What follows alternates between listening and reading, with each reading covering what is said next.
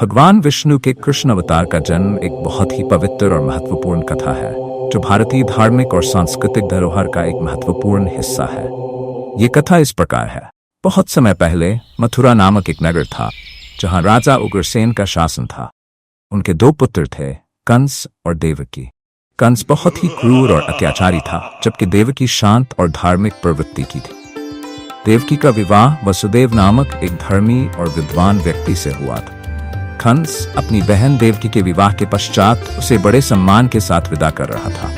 तभी आकाशवाणी हुई कि देवकी का 8वां पुत्र कंस का अंत करेगा। इस भविष्यवाणी से कंस बहुत भयभीत हो गया और उसने देवकी और वसुदेव को कारागार में डाल दिया। उसने ये निश्चय किया कि वह देवकी के सभी संतानों को मार डालेगा ताकि उसकी मृत्यु न हो। देवकी और वसुदेव ने एक एक करके 7 संतानों को जन्म दिया, जिन्हें कंस ने क्रूरता से मार डाला। जब देवकी के 8वें पुत्र का जन्म होने वाला था तो भगवान विष्णु ने प्रकट होकर वसुदेव को आश्वासन दिया कि वे स्वयं इस रूप में जन्म लेंगे, कंस का अंत करेंगे। उन्होंने वसुदेव को आदेश दिया कि जब उनका जन्म हो तो वे बच्चे को गोकुल में नंद और यशोदा के पास ले जाएं। जब कृष्ण का जन्म हुआ तो अद्भुत घटनाएं घटित हुई। कारागार के दरवाजे स्वतः खुल गए, पहरेदार गहरी नींद में सो गए और यमुना नदी ने अपने जल को विभाजित कर दिया ताकि वसुदेव आसानी से गोकुल पहुंच सके।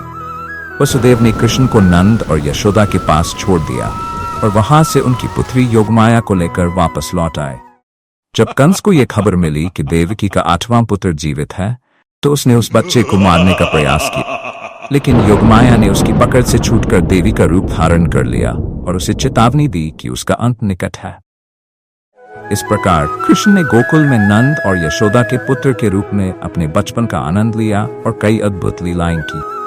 अंततः बड़े होकर उन्होंने कंस का वध किया और मथुरा में शांति और धर्म की स्थापना की। कृष्ण के इस अवतार की कथा भारतीय संस्कृति और धर्म में एक महत्वपूर्ण स्थान रखती है।